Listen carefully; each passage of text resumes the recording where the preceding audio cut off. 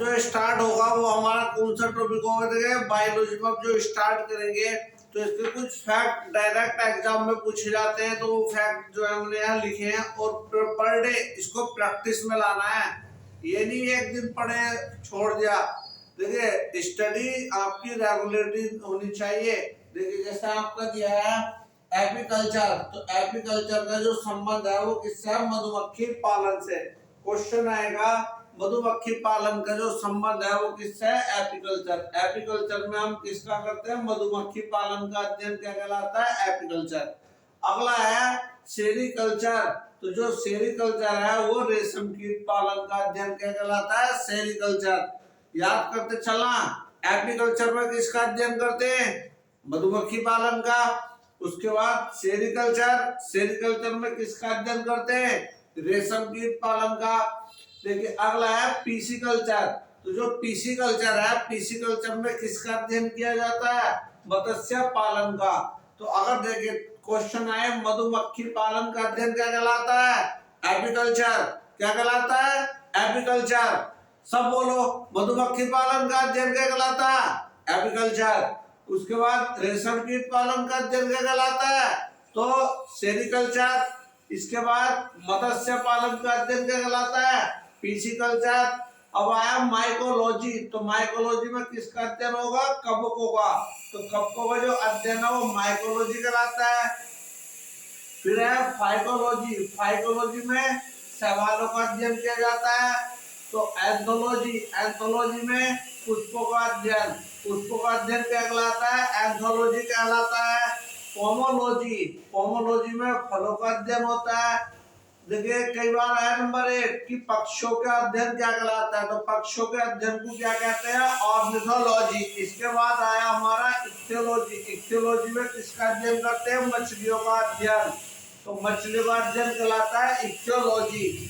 फिर आया entomology, entomology में कीटों का अध्ययन किया जाता है।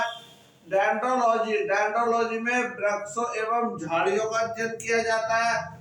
ऑफियोलॉजी, ऑफियोलॉजी में किसका अध्ययन करते हैं? सांपों का अध्ययन।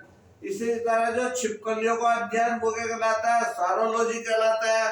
फिर आया सिल्वीकल्चर, तो सिल्वीकल्चर में क्या करते हैं? हम काष्ठी पेड़ों का अध्ययन करते हैं।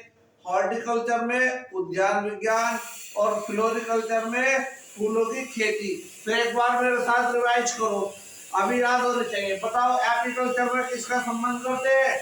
जोर से बोलो, अबे जय माता दी बोलना। फ्लोरी एपीकल्चर में मधुमक्खी का। सेरीकल्चर बताओ जल्दी।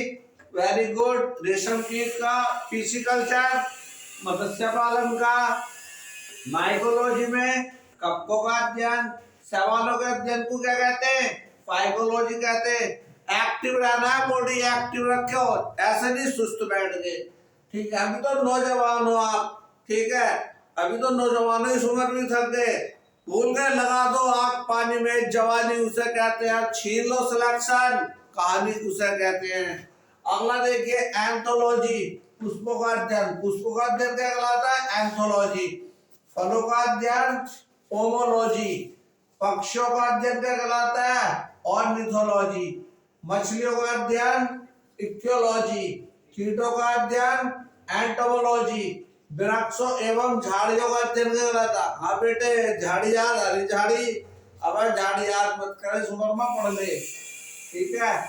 हाँ, कभी झाड़ी और गन्ने के खेत याद आ रहे हो। वृक्षों एवं झाड़ियों का अध्ययन क्या कहलाता है? डेंड्रोलॉजी।